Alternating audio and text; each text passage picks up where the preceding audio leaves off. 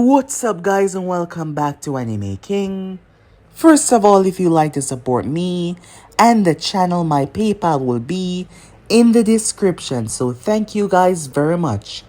I got this idea quite some time, a long time ago, and I got it once again recently guys. So yeah, here it is for you guys to enjoy. What if Naruto had Frieza from Dragon Ball Z and Dragon Ball Z Super potential, guys? So basically, what if Naruto had Frieza potential? If you enjoyed this and you want to see part 2, just go ahead and tell me and I'll be posting it as soon as possible. And don't forget to go ahead and check out the other channels. The links will be in the description. I indeed have 3 more, which I post what if on every single day for you guys to enjoy. So don't forget to go ahead and obliterate that red subscribe button and become a part of the Anime King family. So without further ado or wasting more time, let's begin this now guys.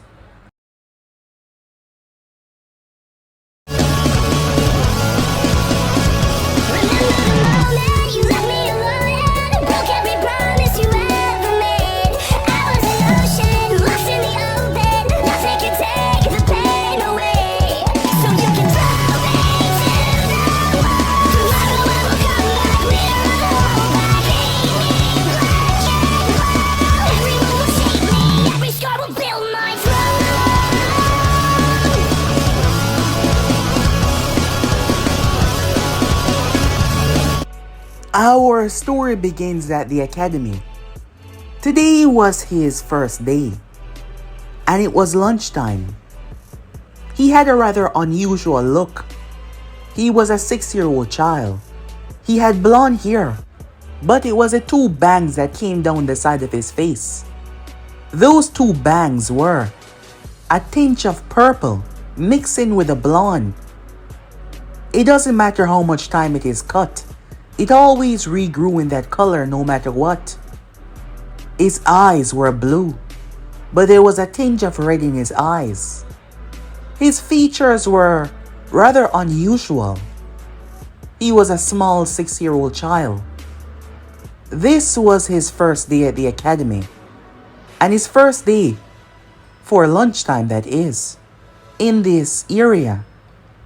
However, it seems like the older members were not going to make it easy for him. A year or 2 older.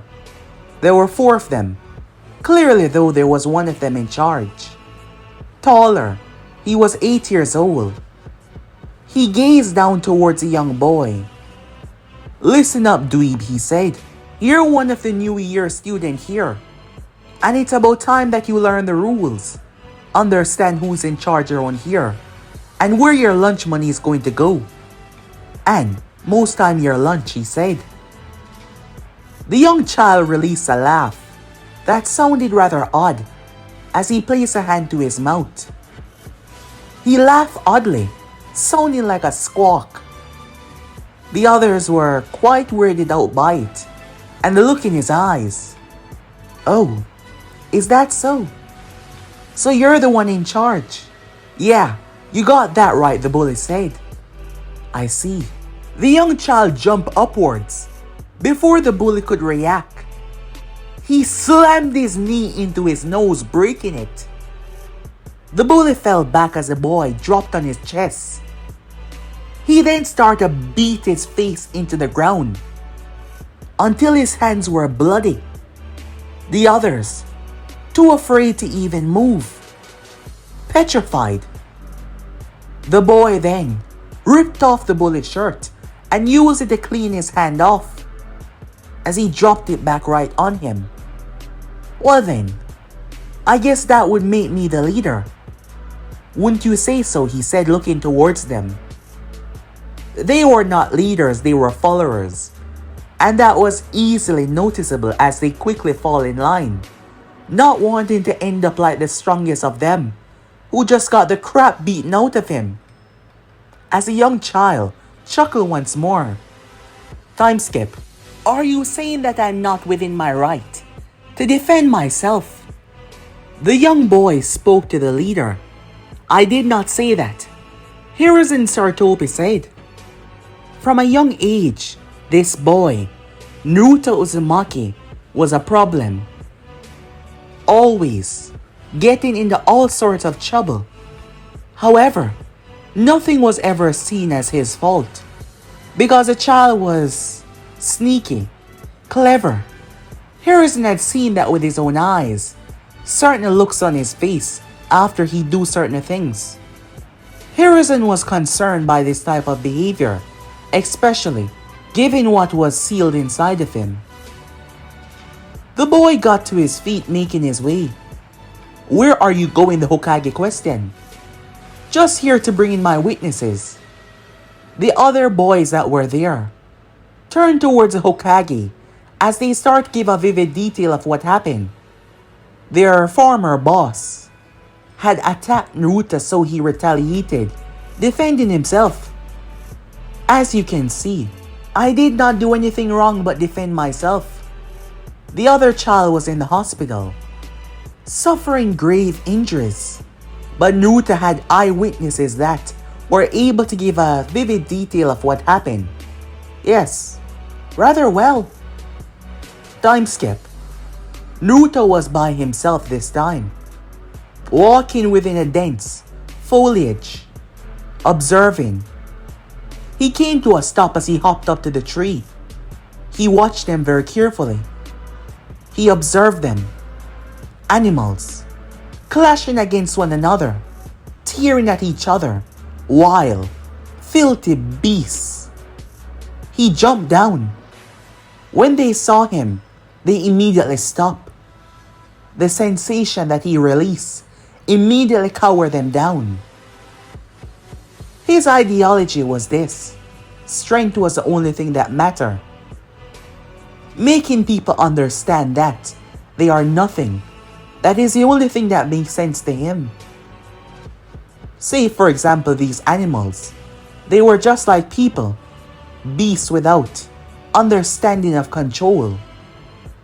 Whenever there was someone superior, someone in charge, they quickly fall in line rather easily. Perhaps that was how the world should be set, with someone calling all the shots. After all, there is no true control, and there needed to be one. Perhaps he would be the one to have that control one day. Naruto always knew that he was special. From the beginning he knew. He could feel the power inside of him. He could feel it the moment he started to understand.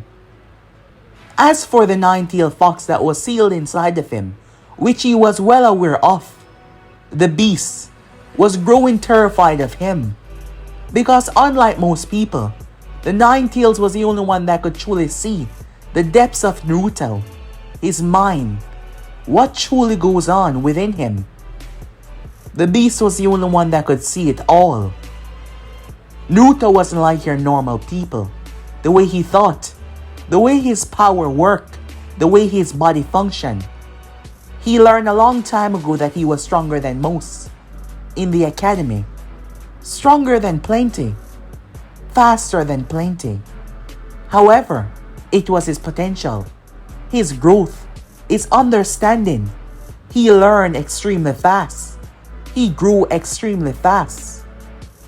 Training for him was shorter than most and yet more beneficial than anyone could ever understood, which allowed him to see the others, the pathetic, worthless students in the academy.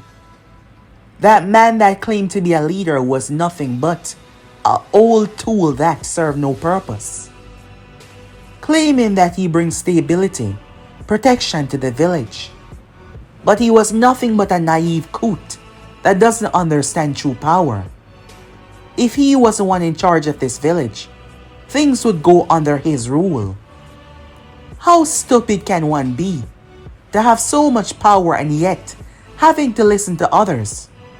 Having to listen to daimyos, having to listen to different elders, council members. How could I be that powerful and yet be forced to listen to people that are beneath me? What kind of stupid structure is that? Naruto could never understand. He did not care much about the Hokage or the way he was ruling this village. If he was in charge, things wouldn't be like this. Not in the slightest. Everything would change. Everyone would change. Then again, he was growing more and more powerful. Perhaps soon, changes will be there. Changes will come. For the next couple of years, Naruto went through the academy. People feared him. His calm yet sweetful way of talking seemed so innocent. But those who were able to see under the veil, those who were able to see a glimpse of what truly lay beneath the surface, when he wanted to show them that they were nothing compared to him, they clammed up immediately, terrified of what they were looking at. He enjoyed it.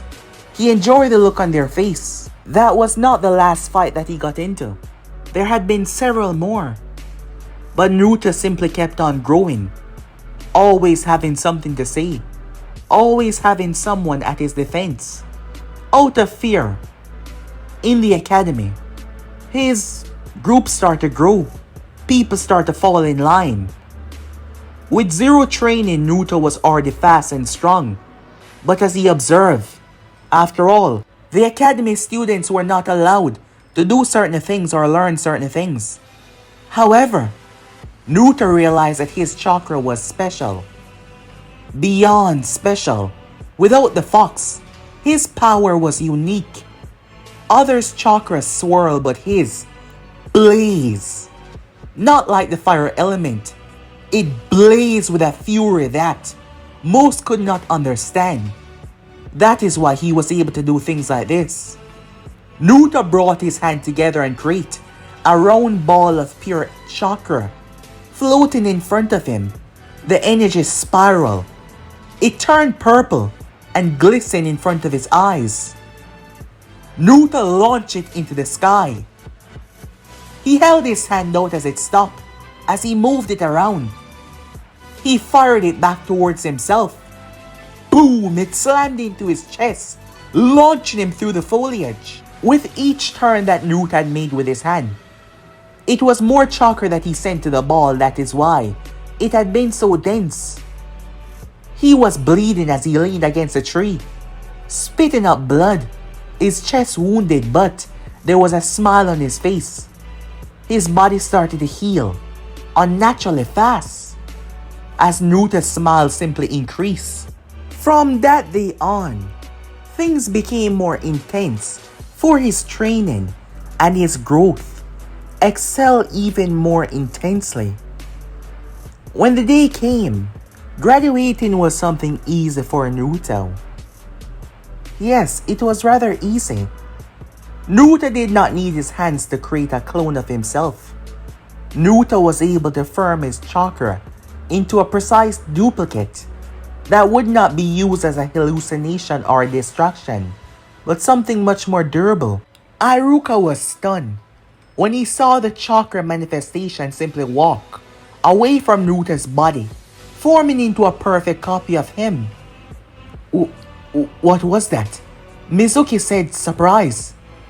Naruto chuckled. Something you will never be able to do. It shows that Naruto was a rather arrogant individual that believed himself above many people. He barely held back his remarks, and it shows a lot, which made many people pissed off at him, but he could care less. He got his head banged as he made his way. We later find Naruto within the forest area as he was training. Naruto was dodging away from the 5 spears of energy that tried to crush him. Ahead of him was a copy of himself, firing the spears of energy. Naruto leaped into the tree and jumped away. The top of the tree was vaporized. Naruto skid in mid-air by literally stepping on the chakra spear, sliding along across it, the chakra on the bottom of his feet, perfectly anchoring him. Naruto twisted and flipped over his copy. He landed behind him and split him in half, literally tearing through him with his hand.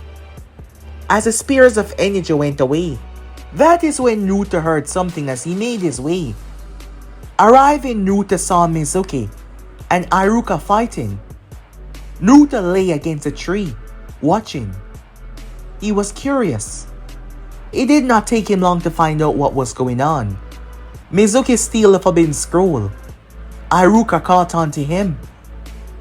So they were fighting, determined whether or not the scroll is returned, or whether or not Mizuki killed Iruka and hid the scroll away, because now was not the proper time to leave the village. After all, security would be, well, waiting in the outskirts and he would definitely be caught. Naruto examined the scroll from afar, watching it very carefully as he jumped down. His appearance surprised them. Iruka shouted, "Naruto, take it and run," he said. "Mizuki is a traitor. Get back to the..." Iruka looked down. A hole in his chest. Naruto had placed his hand under his arm and shoot a beam towards Iruka from his fingertip. It was a raw blast of pure chakra. But unlike normal flares of energy, Naruto condensed it enough so that it would shoot with the intent to kill. Too weakened, not to mention, not expecting this, Iruka had no chance of dodging. It ripped right through his chest, ending his life. "You talk too much," said Naruto as he picked up the scroll. He unraveled it, gazing towards the contents. "My oh my, isn't this something?" he said. "I'll be taking this." Naruto turned to see the Fuma Shuriken coming towards them. He dodged it. It ripped through the tree. "No you won't," said Mizuki, appearing behind Naruto. "You made a mistake coming out here. Killing Iruka was something that even surprised me, but that doesn't matter, because you're gonna die now." He was not expecting though Naruto to slip right through his legs. As Naruto jumped and kicked him across the face, launching him away. He crashed hard. Mizuki was stunned as he spat up teeth and blood. "What the hell? How is he so strong?" Naruto said behind him. Naruto placed his hand on Mizuki's back. Mizuki released a violent scream as Naruto electrocuted him. Electric sparks running along his fingertips. Mizuki screamed as Naruto shocked him once again.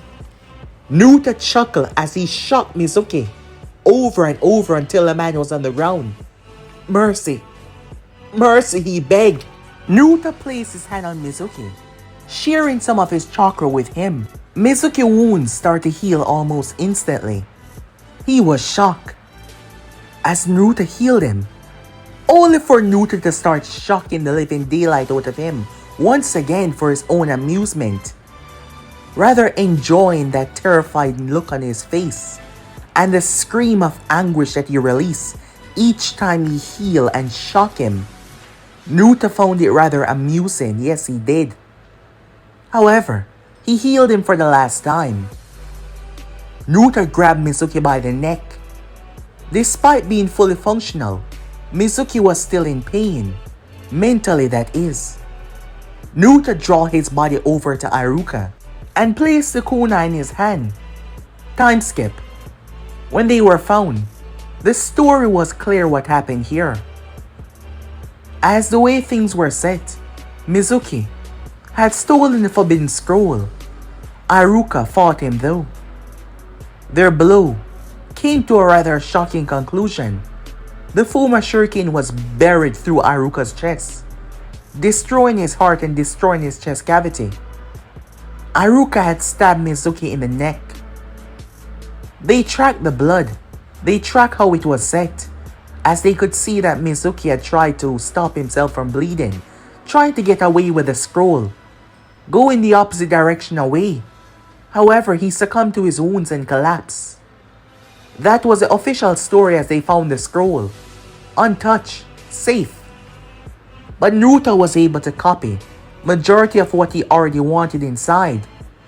The techniques did not interest him that much. but the aspect of most of them. He was going to change most of their, ideas into something that more fit his style. Naruto had shown absolutely no sympathy for what he did to Haruka, because Naruto simply did not care about him. Majority of these people were nothing but tools, monkeys, worthless insignificance to what he truly was. He was better. He was superior in every single way. As the time passed by, a new teacher came in to give them their team schedule. Many were confused as they questioned where Haruka was. The teachers decided that they would tell them what happened, wanting to show them a glimpse into reality. What being a ninja was truly like. That anyone can be killed at any time for the slightest mistakes. Using this as a way to teach them, as a way to honor Haruka as well, to make sure that all of his students were ready. As Naruto sat there observing, none of them had the faintest idea that he was behind it. Team 7, that was the team that he was placed on, along with Sasuke Uchiha and Sakura Haruno. Naruto was a very manipulative person, and it shows. People in here believing that he was their friend, or that he gave the slightest damn about them, but in actuality, he did not. He did not in the slightest, but they did not know that. However, Naruto did not speak to all. However, he was someone that was known for being rather rough with his opponents, especially in sparring. Sasuke saw it. Other than most, Sasuke saw it. Naruto, he showed off when he wanted to, and when he did not want to, he did not. Sasuke has fought many. When his clan was alive that was stronger than him, but yet they hold back their power, so they would not cause too much damage. And Sasuke had seen it with his own eyes. Yes, there was no doubt about that, he saw it. Naruto's strength was something else. He pretended like he wasn't able to do certain things, but he was clearly able to do them. Sasuke felt his blows when they traded blows before and then. The difference, he was hiding something and Sasuke knew it. When Kakashi arrived and questioned them on their desires and their dreams, world domination, that caught many of them off guard, until he started to chuckle, his weird way of laughing. He seemed to be only joking. However, there was not an ounce of lie behind his words, not in the slightest. When the day finally came, the copy ninja showed them 2 bells. They had to pass by gaining a bell. "Didn't you hear me?" said Kakashi, as Naruto was the only one left standing there after he said begin. "I wonder," said Naruto, tapping his chin. "Why would you tempt us with only 2 bells, when you know there are 3 of us? Perhaps you want us to fight. Perhaps that is the reason why you told us to come at you with the intent to kill. Perhaps you want us to use it against each other." "Should I kill one of them?" said Naruto, "to make things more fair? The best shot here would be Sakura after all. At least Sasuke is somewhat useful." Kakashi was off put by Naruto's words until he started to laugh. He's been making those kind of jokes and they were not funny. "I'm just kidding," he said, waving the copy ninja off. Then again, "I do want to get a bell." Kakashi was surprised as Naruto sprang out towards him. However, it was the intent. He told them to come at him with the intent to kill, but something far darker as Naruto's strike. His attacks, the way he moved. The intent to slaughter, to maim, to massacre. The copy ninja dodged all of Naruto's strikes when Naruto suddenly stopped, losing interest in the battle, not displaying any power in the slightest as he walked away. He found the others. His words, quickly convinced them to join him. He stroked Sasuke's ego, using Sakura love. Naruto was a very manipulative person. He talked so swift, so smooth, using the coax of fear to draw them out, about them not passing, gazing towards Sasuke's inner darkness, that he would never be a ninja, he would not be strong enough. Kakashi was indeed surprised when they worked together. No, that was not what he was expecting. After passing the team, a conversation later on led to him talking to the Hokage about Naruto's recent comments. Hiruzen wanted to speak to Kakashi once again about Naruto. They had a conversation like this before, but they need to speak once again. Time skip. Naruto was making things hard. His constant refusal to do any of the D-rank missions, touch any of the dogs, clean out any of the kennels. When people tried to reprimand him, his replies came back swift. Naruto, he was prideful, he was arrogant, refusing to listen, even under the strike of being kicked out of the shinobi program. He rather that than go down to their level and scoop up any dog poop. Absolutely not. Even with the strike of suspension, there was nothing that he would budge on. Team 7 wasn't getting along, as it was rather clear that Naruto was simply manipulating the others. Sakura, she was a girl. It was rather clear that they hated doing these kind of stuff, but she found herself doing Naruto chores, something she wasn't supposed to do. Kakashi was shocked to how he played it, to how he played her, how he used it to make Sasuke believe that he was better than him by cleaning the kennels. His words were so swift, his mind was so fast. Kakashi decided to speak with him on the matter. You need to stop manipulating your teammates. That is not how things is going to work. Manipulating them. Where did you get that from, Naruto questioned. Don't take me for a fool, said Kakashi. I see what you're doing. You mean helping them be the best that they can be. I wouldn't call that manipulation. Besides, what harm am I committing? What people am I hurting? Give me that, and show me what harm am I doing, other than pushing my teammates to be the best that they can be. After all, you standing by and allowing Sakura to pretty much slack off on her training is going to get her killed, is it not? I mean, is being a shinobi all fun and games? Are there not dangerous people out there that desire to kill shinobis who mess with their missions, tamper with their funds, tamper with their way of living? But you're making her believe that the world is all sunshine and rainbows. So, if you really look at it, that would make you a horrible teacher. Who's gonna get his students killed? That triggered Kakashi. He gripped Naruto by the shirt. It was just an anger reaction out of him. He released Naruto though once he realized what he was doing. My oh my. Seems to be a rather triggering thing for you. You should really go and get that checked on, said Naruto as he walked away.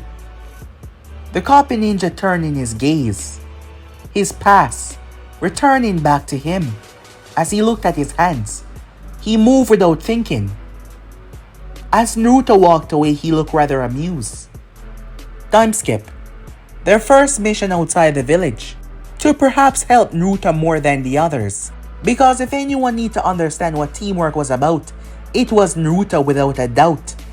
So they made their way towards the land of Wave. When the demon brothers proceed to attack them, Miyazu and Gosu believed that it would be easy. Sasuke was the first to react, due to Naruto simply observing. However, Miyazu broke free from the chain and went at Naruto while Sasuke went towards Gosu.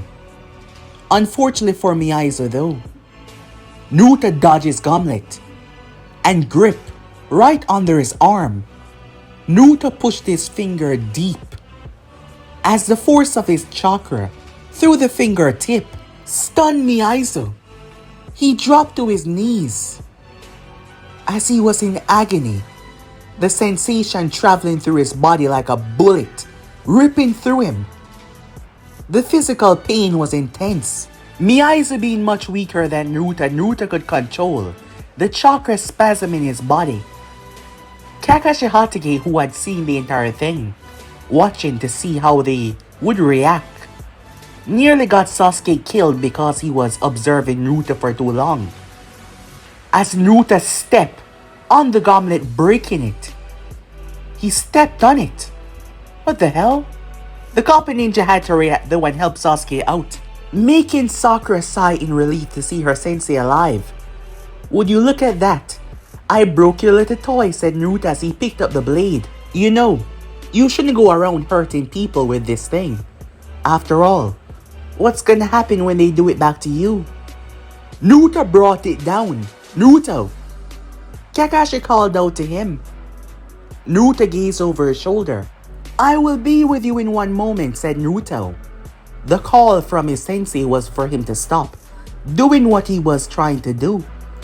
However, Naruto brought it down and stabbed it right through Mizuki's eye. He screamed in agonizing pain. Sakura eyes went wide. Sasuke was used to things like this.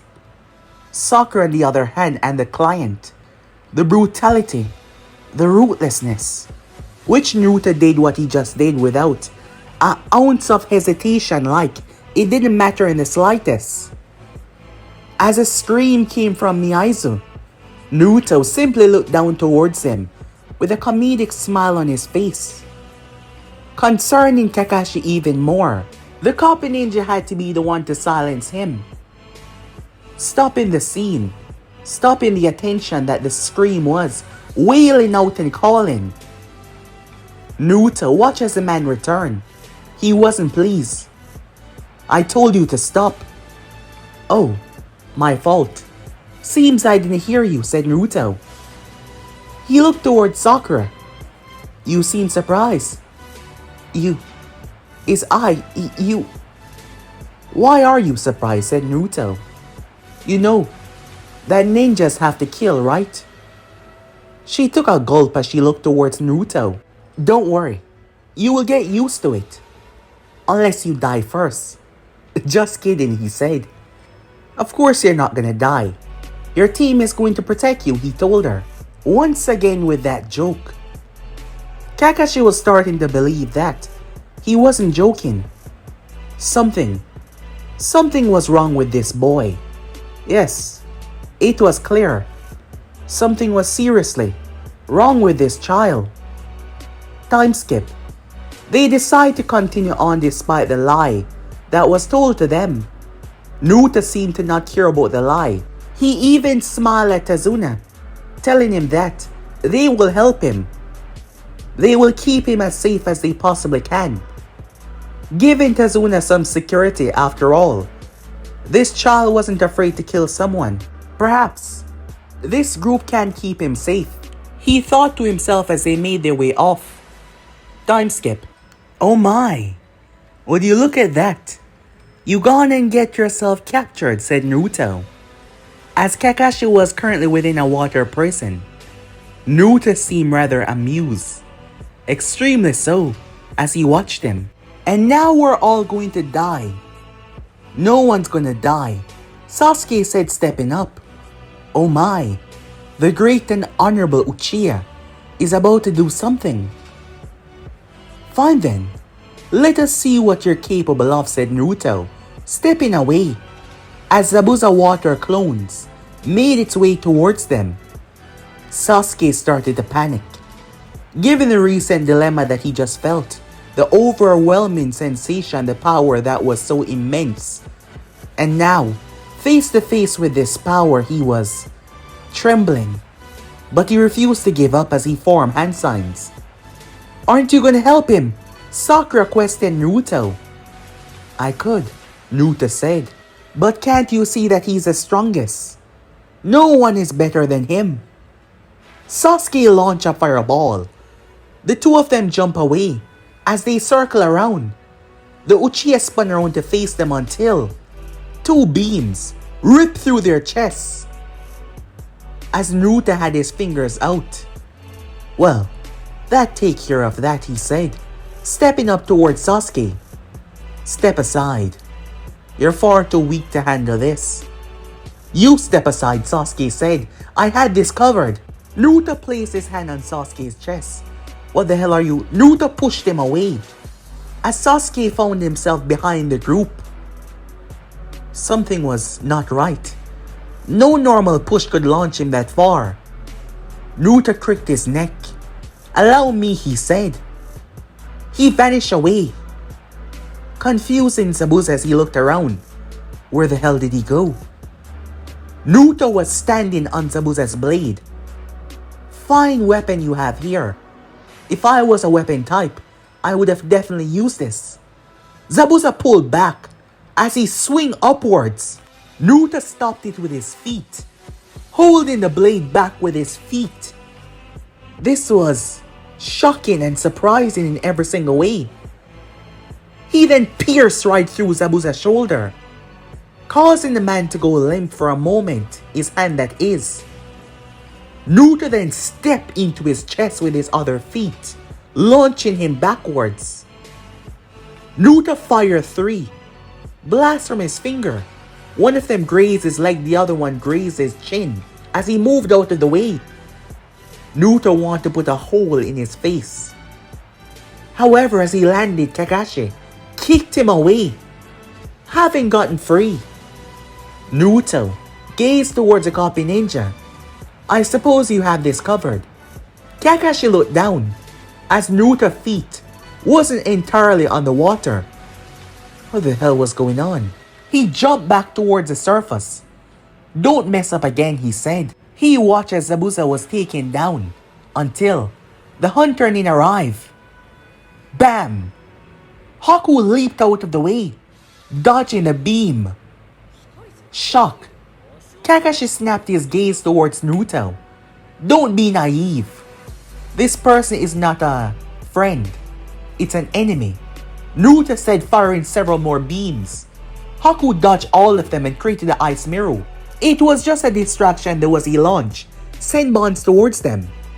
Naruto flexed his power as the Senbons were blown away, like they were nothing. Haku grabbed Zabuza, sinking in one of his mirrors along with his blade. Well, would you look at that?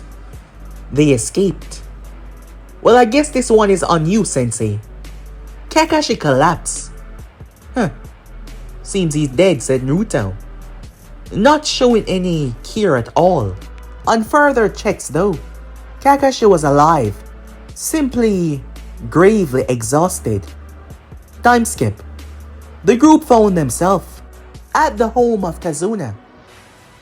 As they met the family, the little boy that was rather, well, annoying to Naruto, and the woman. It wasn't a really big family. Naruto made his way to venture out. When he returned, Kakashi demanded to know what happened back there. These attacks, his movements, how he was hovering over the water. I'm surprised, Naruto said. I never know that we disclose everything about ourselves. Would you mind telling me, how did you learn the over 1,000 jutsus that you copy? Naruto questioned him. I am your sensei, your teacher, and you will tell me what is going on. Oh. I woke up one morning and I had them in my head. I'm not joking with you, said Kakashi. Naruto looked around. Are we joking? He said. You think it's not possible? Well, we live in a world where people can breathe fire, control water, control wind.